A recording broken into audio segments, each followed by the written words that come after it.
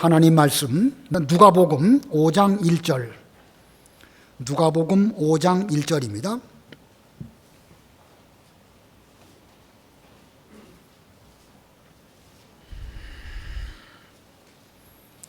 누가복음 5장 1절 말씀.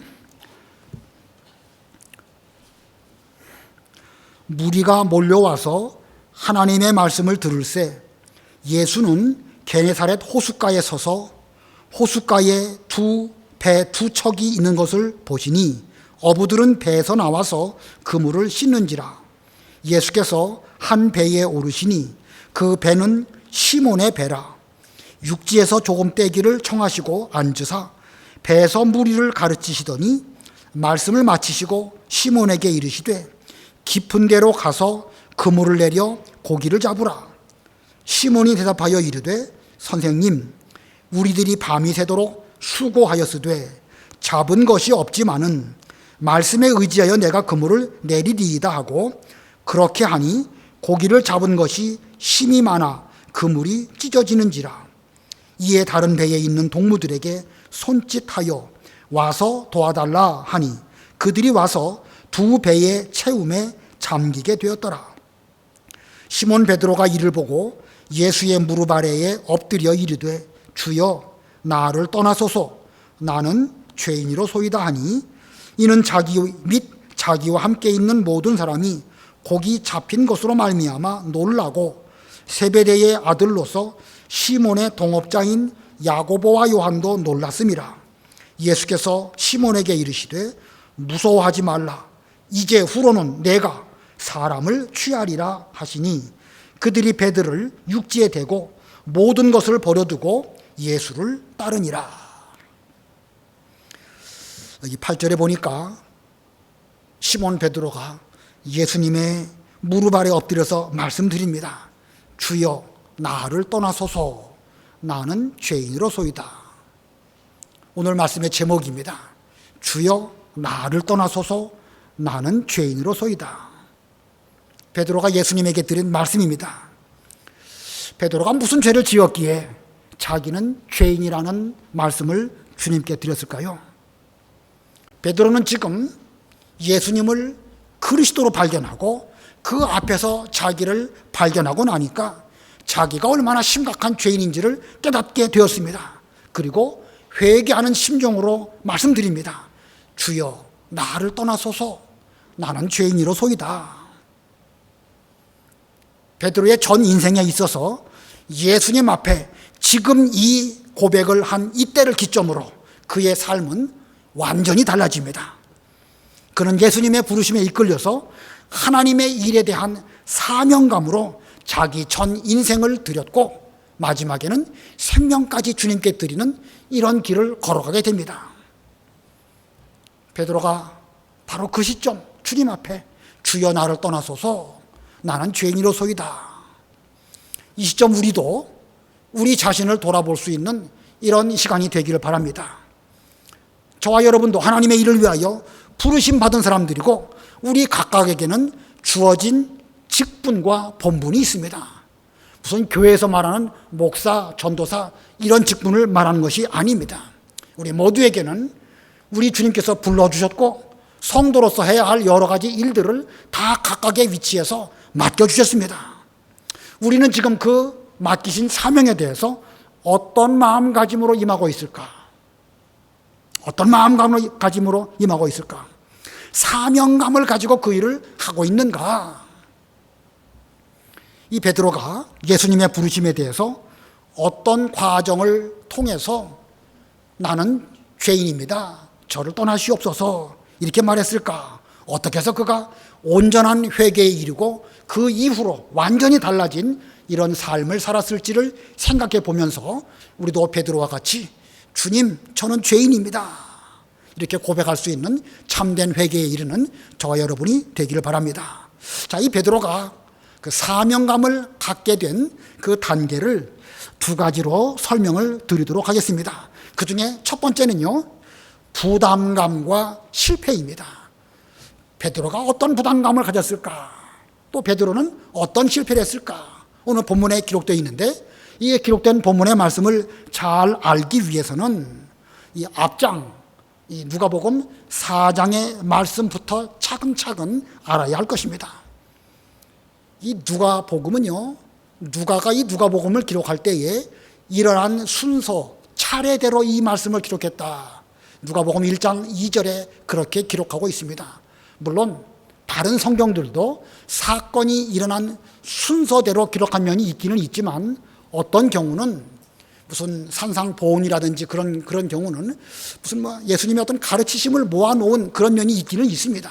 그러나 특별히 누가복음은 일어난 차례대로 이 말씀을 쭉 기록했기 때문에 이 5절의 말씀, 이 5장의 말씀, 저는 죄인입니다 라고 하는 말씀을 제대로 이해하기 위해서는 앞에 있는 4장의 내용을 먼저 알아야 될 것입니다. 세례 요한에게 예수님께서 세례를 받으시고 그리스도로서 본격적으로 일을 하셨는데 갈릴리 여러 회당에 다니시면서 복음을 가르치셨습니다. 예수님께서는 먼저 전에 사셨던 나사렛 동네에 가셔서 안식일에 회당에서 말씀을 전하셨습니다. 그 4장을 보면 이사야의 말씀을 읽으시고 오늘날 너희가 비로소 그리스도가 이 예언대로 하나님의 일을 시작하는 이런 시기를 맞이하였다 하시면서 성경을 들어서 그리스도께서 어떤 일을 하시게 되실 것과 또 암시적으로 자신이 그리스도이심을 말씀하셨습니다. 하지만 나사렛 사람들은 예수님을 받아들이지 않았습니다. 오히려 예수님을 산 낭떠러지로 끌고 가가지고 거기서 밀쳐서 죽이려고 하는 이런 죄악을 저지르고 말았습니다. 그러나 예수님께서는 그러한 가운데서도 거기서 유유히 잘 헤쳐나오시고 그리고 이제는 가버나움 회당으로 가셔서 또 말씀을 전하십니다. 안식일을 맞이해서 가버나움 회당에서 말씀을 전하셨는데 그 가버나움은 예수님께서 이사해서 오신 고향인 것 같습니다. 예수님께서 태어나시고 애굽으로 피난 가셨다가 오셔서 먼저는 나사렛에서 사시다가 얼마 지나서 가버나움으로 오셔서 사시게 되었는데 지금 이 가버나움에서 안식일에 회당에 가셔서 또 말씀을 전하시게 된 것입니다. 자, 그런데 그 가버나움 동네에는 베드로라고 하는 어부도 살고 있었습니다. 베드로 역시 안식일마다 회당에 가서 말씀을 들었는데 마침 예수님께서 그 가버나움 회당에 오셔서 전해주시는 그 말씀을 듣게 되었습니다. 분명 그는 주님의 말씀을 들었을 때에 큰 은혜를 받았습니다. 그리고 예수님을 자기 집으로 모셨습니다. 누가복음 4장 38절 39절 읽어보세요. 누가복음 4장 38절 예수께서 일어나 회당에서 나가사 시몬의 집에 들어가시니 시몬의 장모가 중한 열병을 앓고 있는지라 사람들이 그를 위하여 예수께 구하니 예수께서 가까이 서서 열병을 꾸짖으신데 병이 떠나고 여자가 곧 일어나 그들에게 수종드니라. 예수님께서 일어나 회당에서 나가사 그리고 시몬의 집에 가셨는데 하루 중 시간 가운데에 이때가 언제쯤일까? 여기 40절 이후부터 보면은요 해질 무렵에 라는 말씀이 나옵니다. 그러니까 저녁 때에 그런 말씀이죠. 이런 면으로 볼 때에 이 오전에 예수님께서 회당에서 말씀을 전해주셨고 베드로는 그 말씀을 통하여 그 은혜를 많이 받고 그리고 예수님을 자기 집으로 모신 것으로 이 시간상 해석이 되어집니다. 아마 예수님을 점심 대접을 해드리려고 자기 집으로 모신 것으로 여겨지는데 그 자리에 마가복음에 보면 야고보와 요한도 함께 있었음을 기록하고 있습니다. 자, 이 예수님은 베드로의 초청에 임하실 뿐만 아니라 마침 열병에 걸려 있었던 베드로의 장모의 병도 고쳐주셨습니다. 베드로가 예수님을 통하여 엄청난 은혜를 받았죠. 말씀으로 은혜를 받을 뿐만 아니라 자기 병들었던 장모의 병도 고쳐주시는 이런 은혜를 받았습니다. 이제 베드로는 은혜를 받은 사람으로 예수님에게 대하여 보답하는 삶을 살아야 마땅합니다. 바로 그 안식일이 지나가고 그 다음 날 예수님은 가버나움뿐 아니라 다른 동네에서도 복음을 전하시기 위하여 아침 일찍 일어나서 한적한 곳에 가셔서 기도하시고 그리고 갈릴리 여러 회당에 다니시면서 전도하시며 일하셨습니다. 그래서 누가복음 4장 마지막 절 44절에 보면 갈릴리 여러 회당에서 전도하시더라. 예수님이 지금 얼마나 열심을 가지고 하나님의 일을 힘써하시는지 알 수 있죠. 그 나사렛에서 죽을 뻔한 그런 일을 만났지만 거기서도 복음을 전하시고 또 복음 전하는 일 멈추지 아니하시고 가버나움에 오셔서도 또 말씀을 전하시고 그 사람들이 잘 받아들이지 않는다 할지라도 갈릴리 여러 회당에 다니시면서 부지런히 복음을 전하십니다. 아침 일찍 일어나서 기도하시고 여러 회당 다니시면서 일하십니다. 자, 이렇게 예수님께서 열심히 복음 전도를 하셨고 예수님의 소문이 많은 사람들에게 전파되어서 이제 사람들은 주의 말씀을 듣기 위해서 많이 몰려왔습니다. 마침 예수님께서 게네사렛 호수는 갈릴리 호수의 다른 이름입니다. 예수님이 게네사렛 호수에 계시다라는 소식을 듣고 많은 사람들이 또한 그곳으로 몰려왔습니다. 본문 1절 2절 읽어보세요. 1절 우리가 몰려와서 하나님의 말씀을 들을새 예수는 게네사렛 호숫가에 서서 호숫가에 배 두 척이 있는 것을 보시니 어부들은 배에서 나와서 그물을 씻는지라. 예수님은 힘을 다하여 말씀을 전해주시고 많은 사람들은 모여서 그 말씀을 잘 귀 기울여 듣고 있는 이런 가운데 있었습니다. 그런데 그때 베드로는 무엇을 하고 있었죠? 그는 물고기 잡으러 갔었습니다. 밤새도록 물고기를 잡으려고 했지만 잡은 것이 없었습니다. 베드로는 물고기 잡으러 갈 때에 아무 생각도 없이 물고기 잡으러 갔을까? 이미 회당에서 예수님 말씀을 들었고 그는 은혜를 받았습니다. 예수님을 자기 집으로 모셔서 대접도 했었고 또 장모의 열병도 고쳐주시는 그런 은혜도 받았습니다. 예수님께서 또 갈릴리 여러 회당에 다니시면서 하나님의 복음을 전하시려고 열심히 일하시는 것도 베드로는 알고 있었습니다. 동네 사람들이 다 알고 그 말씀 들으러 왔는데 베드로라고 해서 그 말씀을 몰랐을 리가 없습니다. 그런데 그런 속에서 베드로는 물고기 잡으러 갔었습니다. 그가 아무 생각도 없이 그냥 물고기나 잡으러 갔었을까? 예수님은 열심히 일하시는데 그는 생각도 없이 그냥 물고기나 잡았을까? 오늘 제목에 주여 나는 죄인으로소이다 라고 말한 것을 보면 그의 마음 속에는 나도 주님 따라서 하나님의 일을 해야 되는데 라고 생각하고 있었습니다. 하나님의 일에 대한 부담감, 그 부담감은 아주 참 거룩한 부담감이라고 표현할 수 있겠죠. 이 부담감을 가지고 아마 그는 이러면 안 되는데 내가 물고기 잡는 일도 중요하긴 하지만 주님 따라가야 될 텐데 이런 생각을 하면서 그는 물고기를 잡으러 갔던 것입니다. 오늘날 우리가 하나님의 일을 함에 있어서 반드시 필요한 것은 사명감인데 이 사명감 속에는 어느 면으로 볼 때에 이런 부담감도 부분적으로 있어야 하는 것입니다. 만일 베드로 생각하기를 예수님은 본래 복음 전하시기 위해서 오신 분이시고 나는 본래 직업이 어부 아닌가? 어부가 물고기 잡는 일 당연한 것이고 어떻게 두 가지를 다 할 수 있겠는가? 나야 다음 안식일에 또 회당에 가면 말씀 들을 수 있고 또 전에 예수님 말씀 듣고 은혜를 받았던 것처럼 다음 기회에 또 은혜 받는 말씀 들을 수 있으니까 그때 가서 또 들으면 되지 뭐.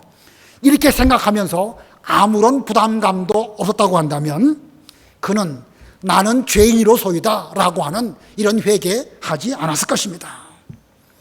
자, 우리는 이 베드로의 입장이 충분히 이해가 됩니다. 그에게는 아내도 있었고 모셔야 할 장모님도 있었습니다. 그 외에도 여러 딸린 식구들도 다 있었을 것입니다. 한 집안의 가장으로서 식구들을 먹여 살리는 일, 이거 베드로의 입장에 있어서는 아주 중요한 일입니다. 그 일을 다 버려두고 예수님 따라 복음 전하는 일만 한다? 쉽지 않습니다. 자기 생업 다 내팽개치고 식구들이야 먹든지 굶든지 나는 하나님의 일을 한다. 그 일을 걸어가는 거 쉽지 않은 일입니다. 예수님도 베드로의 입장을 충분히 이해하셔야 하지 않을까요? 근데 마침 베드로가 그 물고기 잡는 그 일에 있어서 실패했습니다. 전에는 이렇게까지 물고기가 안 잡힌 일이 없었는데 이상할이 많지 그날 저녁에는 물고기가 도무지 잡히지 않았습니다. 이것은 베드로가 물고기를 안 잡으려고 해서 안 잡은 것이 아니고 주님께서 베드로로 하여금 못 잡게 하신 것입니다. 이 물고기 잡는 일에 실패한 거, 이렇게 된 것도 결국은 주님께서 말미암아 되어진 그런 일입니다. 우리 예수님은 복음을 전하는 일을 등한히 하고 있는 베드로가 미워서 물고기가 안 잡히도록 그렇게 하신 것일까? 당연히 그건 아닙니다. 오히려 이 실패를 통해서 영원히 남는 하나님의 일, 사람 낚는 어부가 되는 이 존귀한 일을 맡기시려고 우리 주님께서는 베드로로 그 물고기 잡는 일에 실패하게 하신 것입니다. 만일 이 실패가 없었다고 하면 베드로는 내내 물고기 잡는 일만 하면서 그의 인생을 보냈을 것입니다. 물론 그도 오늘날 우리처럼 안식일 되면 회당에 가서 말씀 듣기도 하고 또 은혜를 받기도 했을 것이지만 그 이상의 하나님의 일 하지 못했을 것입니다. 그러므로 베드로가 실패한 것은 예수님께서 그에게 베풀어 주신 은혜가 아닐 수가 없습니다. 실패도 우리 주님께서 베드로를 붙잡고 좀 더 큰 일, 좀 더 하나님의 일, 영원히 하나님 나라에 남는 그 일을 맡기시기 위해서 베드로로 하여금 실패하게 하신 것입니다. 오늘날 우리도 하나님의 일에 대한 부담감을 가지고 살아갈 때에 하나님은 우리의 삶의 현실 속에서 하나님의 우리가 하는 일 실패하게 하실 수도 있습니다. 그 일을 통해서 우리로 돌이키게 하실 수 있으십니다.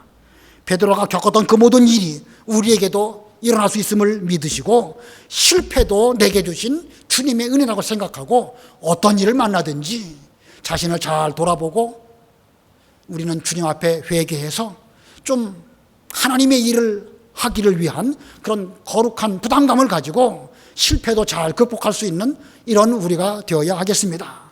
자, 두 번째로 베드로가 사명감을 갖게 된 두 번째 과정은요, 선한 마음과 순종입니다. 선한 마음과 순종. 하나님의 일에 대한 부담감과 물고기 잡는 일에 실패한 베드로는 이른 아침 배에서 나와서 그물을 씻었습니다. 물고기를 많이 잡았다고 하면 피곤하지 않아서 터인데 물고기도 못 잡고 밤새도록 수고를 많이 했으니까 그는 더 많이 피곤한 이런 가운데 있었습니다. 그는 속으로 빨리 그물을 잘 씻고 빨리 집에 가서 못자한 잠이라도 좀 푹 자야 되겠다, 이런 생각으로 처량하게 어쩌면 좀 쓸쓸한 가운데서 그물을 씻고 있었습니다. 자, 베드로가 이렇게 그물을 씻고 있었을 때에 그때 예수님은 무엇을 하고 계셨죠? 예수님은 아침 일찍부터 해변에서 그 예수님에게 온 많은 사람들에게 말씀을 전하시기 위해서 준비하시면서 여러 가지 일들을 하고 계셨습니다. 하나님의 일을 하시기 위한 예수님께서 마침 시몬의 배에 올라오시고 그에게 말씀하십니다. 본문 3절 4절 읽어보세요. 3절 예수께서 한 배에 오르시니 그 배는 시몬의 배라. 육지에서 조금 떼기를 청하시고 앉으사 배에서 무리를 가르치시더니 말씀을 마치시고 시몬에게 이르시되 깊은 데로 가서 그물을 내려 고기를 잡으라. 예, 예수님께서 이제 배에 오르셨는데 그 배는 해변에서 그물을 씻고 있는 시몬 베드로의 배였습니다. 예수님께서 그 시몬을 향하여 말씀하십니다. 베드로야, 배를 해변에서 조금 떼어다오, 이렇게 말씀하십니다. 베드로가 이런 예수님의 말씀에 대해서 무엇라고 답해야 될까요? 저 밤새도록 물고기 잡느라고 지금 너무나 힘듭니다. 빨리 그물 씻고 들어가서 쉬어야 되는데 오늘만큼은 뭐 그 배 타고 하시지 말고 해변에 서서도 얼마든지 말씀하실 수 있지 않으시겠습니까? 꼭 뭐 배 타고 거기서 말씀하시는 거 그 진리 문제 아니지 않습니까? 좀 그렇게 해주세요. 얼마든지 그렇게 말씀드릴 수 있습니다. 그러나 베드로는 몹시 피곤한 중에도 선한 마음을 잃지 않았습니다. 그래서 그는 예수님 말씀대로 이제 노를 가져다가 노를 저어서 예수님 모신 그 배를 육지에서 조금 떼어 드렸습니다. 예수님은 그 배에 앉으셨고 많은 사람들은 해변에서 예수님 말씀을 듣게 되었습니다. 자, 그때의 모습을 우리는 머릿속으로 한번 상상해 보시기 바랍니다. 해변에 많은 사람들이 앉아서 서 있는지 앉아 있는지 예수님 말씀을 듣고 있었고, 예수님은 그 베드로의 배에 앉으셔서 거기서 말씀을 전해 주십니다. 자, 베드로는 노를 저어서 배를 육지에서 얼마만큼 떼어 드렸습니다. 예수님께서 원하시는 대로 다 해드렸죠? 그러면 이제 그 시점에서 베드로는 뭘 해야 될까요? 지금 해변에서 금을 씻다가 예수님 명령대로 배를 떼어 드렸습니다. 그리고 예수님은 말씀하시고 계십니다. 그럼 베드로는 뭐 해야 될까요? 다시 육지로 나아가서 씻던 금을 빨리 씻고, 예수님은 말씀하시고 사람들은 듣는다 할지라도 자기는 자기 일 할 수 있는데, 자, 그 시점에서 베드로는 뭘 어떻게 해야 옳을까? 성경 말씀에 베드로가 어떻게 했다라는 말씀이 기록되어 있는 건 아닙니다. 그러나 여러 가지 정황으로 볼 때에 베드로는 예수님을 모신 그 배에 함께 그대로 있으면서 주님께서 앉으시고 그 말씀을 전해 주실 때에 그도 가장 가까운 자리에서 예수님의 하시는 그 모든 말씀을 귀 기울여 들었던 것이 분명합니다. 그 누구보다도 가장 가까운 자리에서 주의 말씀을 귀를 쫑긋 세우고 말씀을 잘 들었습니다. 그날 아침 물고기 잡는 일에 실패했던 베드로는 예수님의 말씀을 듣고 큰 은혜를 받았던 것이 분명합니다. 내가 말씀에 의지하여 그물을 던지겠습니다 라고 말한 것을 보면, 그는 예수님 말씀을 들을 때에 자신의 여러 가지를 돌아보는 계기가 되었고, 그 말씀 앞에 자신을 돌아볼 때에 나는 참으로 죄인이구나 라는 말씀을 깨달은 것이 분명합니다. 우리 찬송 중에 낭패와 실망 당한 뒤에 예수께로 나옵니다, 이런 찬송이 있죠. 베드로가 낭패와 실망을 당했을 때에 그때의 자신을 돌아보게 되었고, 그리고 말씀을 잘 귀 기울여 들을 수 있는 이런 은혜가 그에게 임했던 것입니다. 모든 말씀을 다 마치신 예수님께서 그 곁에 있는 베드로에게 깊은 데로 가서 그물을 내려 고기를 잡으라 이렇게 말씀하셨고, 베드로는 그 말씀에 순종했습니다. 자, 예수님의 말씀은 베드로의 경험이나 물고기 잡는 원리에 좀 맞지 않습니다.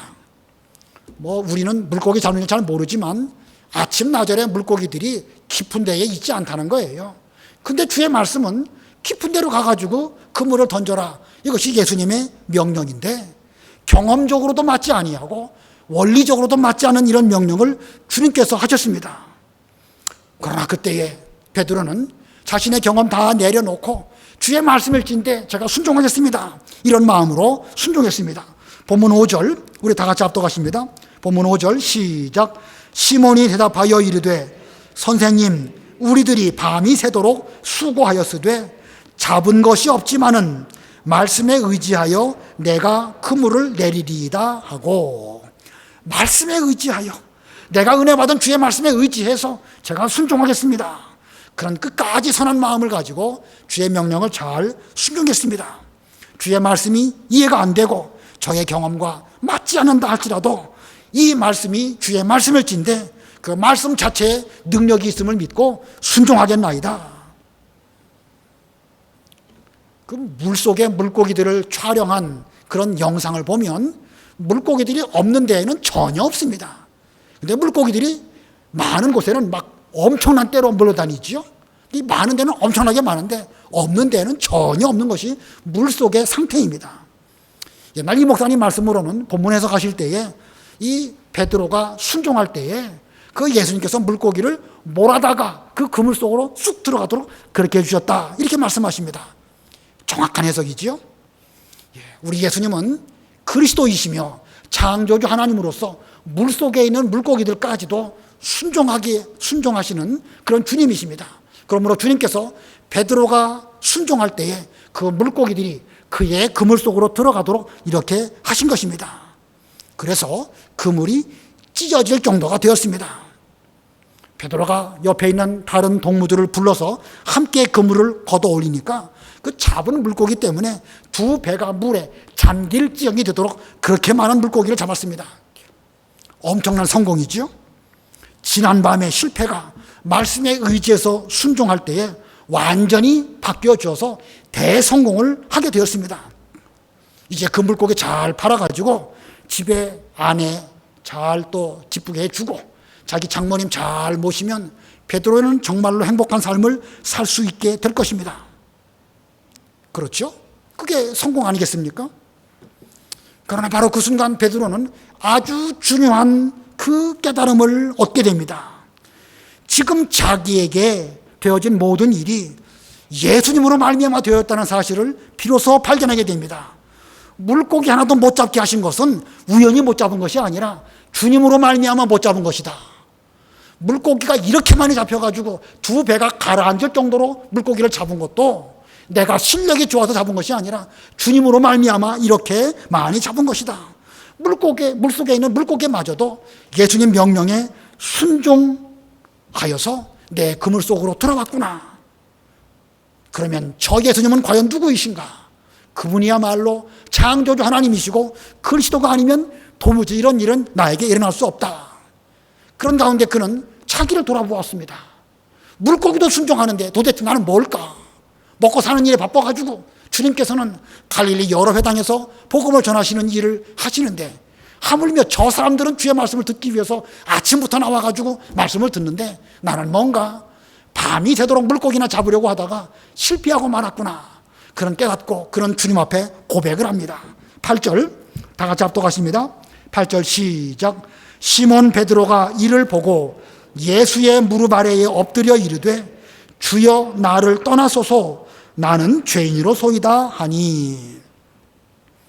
베드로는 예수님의 무릎 아래 엎드려 말씀드립니다. 주님, 저는 죄인입니다. 저는 주님을 따라서 일하기에 너무너무 부족합니다. 주께서 하나님의 일을 하실 때에 저는 물고기나 잡기 위해서 밤새도록 이렇게 수고했고 아무것도 잡은 것이 없는 이런 가운데 있었습니다. 저 같은 자가 무슨 하나님의 일을 할 수 있겠습니까? 주님, 저 내버려 두시옵소서. 저를 떠나시옵소서. 저는 죄인입니다. 정말로 진정한 회개를 하였습니다. 예수님을 하나님 곧 그리스도로 알게 되니까 자기가 얼마나 흉악한 죄인인 줄을 비로소 알게 되었던 것입니다. 물고기 좀 잡으러 간 것이 무슨 죄입니까? 어부가 자기 본분에 충성해서 물고기 잡으러 간 거, 그거 죄라고 말할 수 없지 않을까요? 그러나 베드로는 나도 하나님의 일을 해야 될 터인데 성령께서 그에게 감동을 주셨는데 성령의 감동을 소멸하고 물고기나 잡으러 간 그런 부담감이 분명히 있었음에도 불구하고 도무지 일할 생각은 하지 않고 먹고 살기 위해서 밤새도록 물고기 잡은 그 자체를 생각해 보니까 이건 보통 흉악한 죄가 아닌 것을 그는 비로소 깨닫게 된 것입니다. 자, 성령의 감동을 소멸하고 하나님의 일은 하지 아니하고 물고기나 잡으러 간 거, 물론 그의 직업은 어부이니까 물고기 잡으러 가야 마땅하지요. 그러나 그 자체가 주 앞에서 볼 때에 하나님의 일에 비교해 볼 때에 이게 죄입니까? 죄가 아닙니까? 심각한 죄지요. 예수님은 지금 그 안식일 날에도 회당에서 말씀을 가르쳐 주시고 베드로의 집에 가셔서 열병 고쳐주시고 해질 무렵에 예수님에게 찾아온 많은 사람들을 다 고쳐주시고 그리고 하룻밤 주무시고 아침 일찍 일어나셔서 한적한 곳에 가셔서 기도하시고 그날도 하나님의 일을 하기 위해서 열심히 수고하시는 이런 예수님이신데 자기는 먹고 살기 위해서 밤새도록 물고기 잡은 거 이게 죄인가요? 죄가 아닌가요? 이 시점 베드로는요 너무 송구스럽고 너무 죄송스러웠습니다. 주님, 저를 버려두시옵소서. 저는 죄인입니다. 주님의 무릎 앞에 이렇게 고백을 드린 것입니다. 우리는 이 말이, 베드로의 이 말이 진짜로 예수님 저 버려두시옵소서. 저는 죄인입니다. 진짜로 그는 버려주시기를 바라는 뜻으로 이렇게 말한 것일까? 베드로의 중심은 그거 아니죠? 베드로의 중심은 그거 아닙니다. 그 말의 뜻은 저는 죄인이므로 아무것도 할 수 없사오니 주님 뜻대로 하시옵소서. 주께서 이제라도 무엇을 명령하신다고 하면 저는 비록 죄인이지만 순종하겠습니다. 이런 뜻으로 주에게 이렇게 말씀을 드린 것입니다. 저를 받아주신다고 하면 하나님의 일을 위하여 죽도록 충성하고 하나님의 일을 위하여 기꺼이 제 생명도 드리겠습니다. 이게 베드로의 본심입니다. 그때 예수님께서 말씀하십니다. 여기 10절에 보니까 무서워하지 말라. 이제후로는 내가 사람을 취하리라. 베드로의 마음속에 주님 앞에서 곧 하나님 앞에 서 있는 자신의 모습을 생각할 때에 자기가 얼마나 흉악한 죄인인지를 발견하고 그 하나님 앞에서 그는 지금 두려워하는 마음을 갖고 있었습니다. 이건 마땅한 것이죠. 죄인이 어떻게 주님 앞에서 뻔뻔하게 고개를 들 수 있겠습니까? 지금 그가 저는 죄인입니다 라고 말한 것은 진심으로 자기의 죄를 생각해 볼 때에 감히 얼굴을 들을 수 없으니까 이런 말씀을 드린 것입니다. 그랬더니 주님께서 무서워하지 말아라.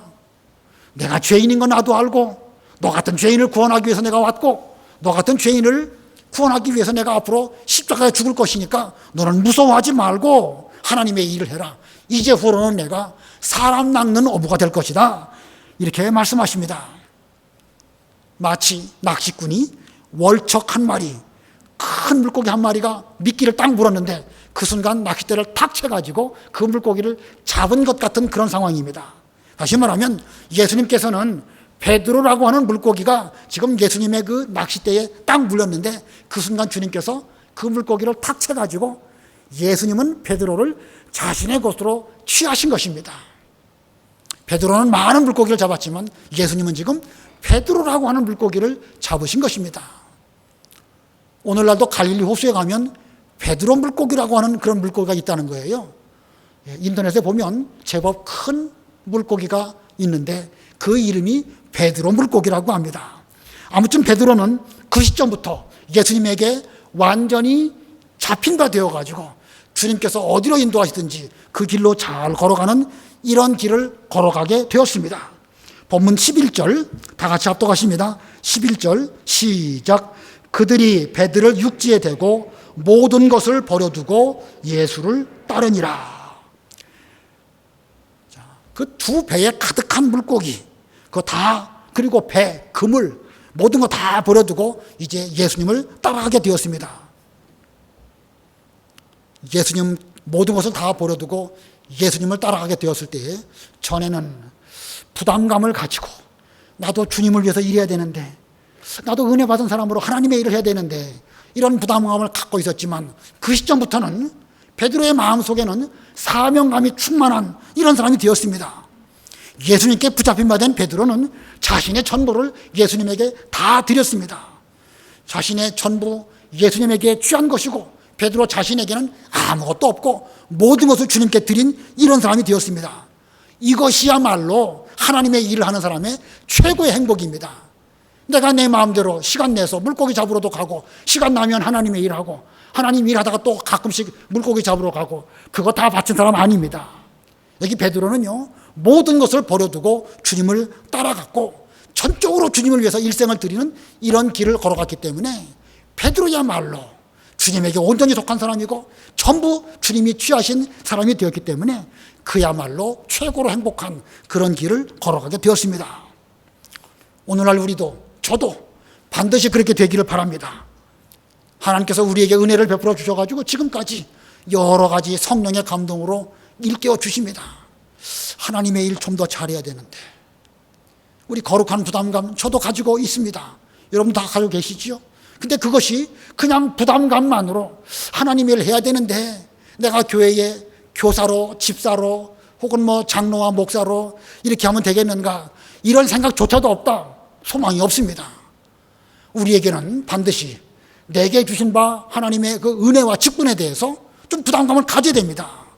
뿐만 아니라 거기만 머물지 말고 힘들고 어렵고 실패해도 끝까지 선한 마음을 가지고 주께서 우리에게 무엇을 명령하실 때에 말씀에 의지해서 순종하는 이런 우리가 된다고 하면 우리도 주님 베드로처럼 주님을 따라갈 수 있고 베드로가 최고로 행복한 그런 제자가 된 것처럼 오늘날 우리도 최고로 행복한 예수님의 사람들이 다 되실 수 있습니다. 이 길을 잘 걸어가는 저와 여러분이 되시기를 바랍니다. 기도하시겠습니다.